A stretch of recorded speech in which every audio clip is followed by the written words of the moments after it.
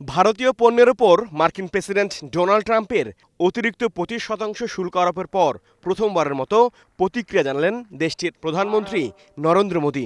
তিনি স্পষ্ট ভাষায় জানিয়ে দিয়েছেন, কৃষকদের স্বার্থের সঙ্গে কোনো আপোষ করা হবে না।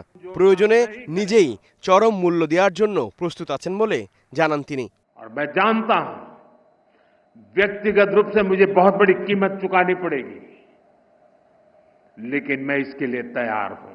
বৃহস্পতিবার দিল্লিতে এক সম্মেলনে ভাষণ দিতে গিয়ে একথা বলেন ভারতের প্রধানমন্ত্রী।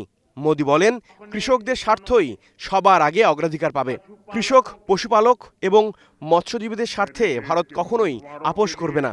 हमारे लिए अपने किसानों का हित सर्वोच्च प्राथमिकता है।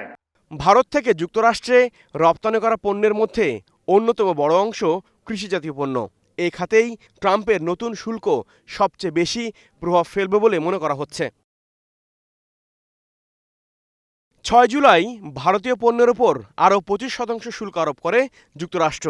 এর আগে 20 জুলাইও দেশটির উপর 25% শুল্ক আরোপ করে। দু দফায় 50% শুল্কের খড়গ নেমে এসেছে ভারতের ওপর। রাশিয়া থেকে তেল আমদানিকে কেন্দ্র করে এই অতিরিক্ত শুল্ককে ভারতের জন্য শাস্তিমূলক ব্যবস্থা হিসেবে ব্যাখ্যা করেছে মার্কিন যুক্তরাষ্ট্র।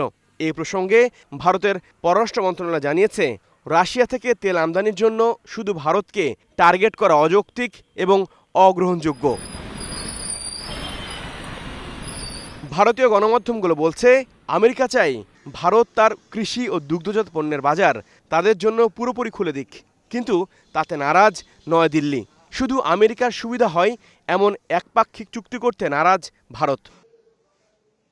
HR অভি, স্টার নিউজ।